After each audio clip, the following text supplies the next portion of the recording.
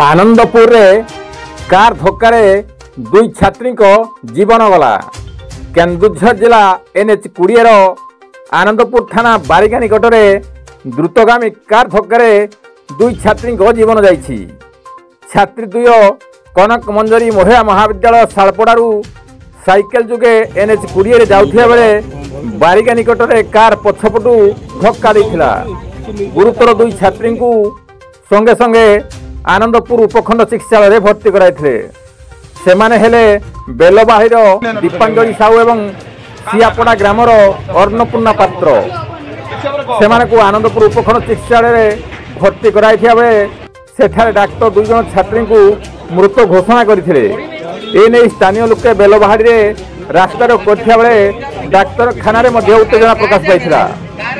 Car को जबत कराइथिया सूचना मिलिथिया बेले छात्री दुयंक परिवार को क्षतिपूरण देवाई प्रशासन घोषणा पर रास्ता रोक हटिथिला।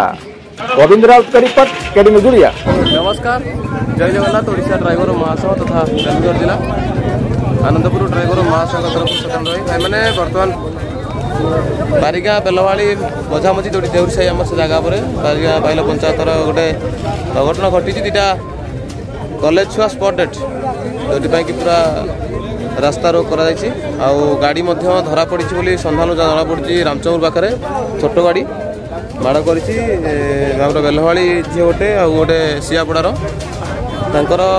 साइकेल गोटे बहुत दूर दूरांत पड़ी। अलरेडी परिवार लोक खबर पहुँच सारा कि थाना वाला आसी पहुँच सारा।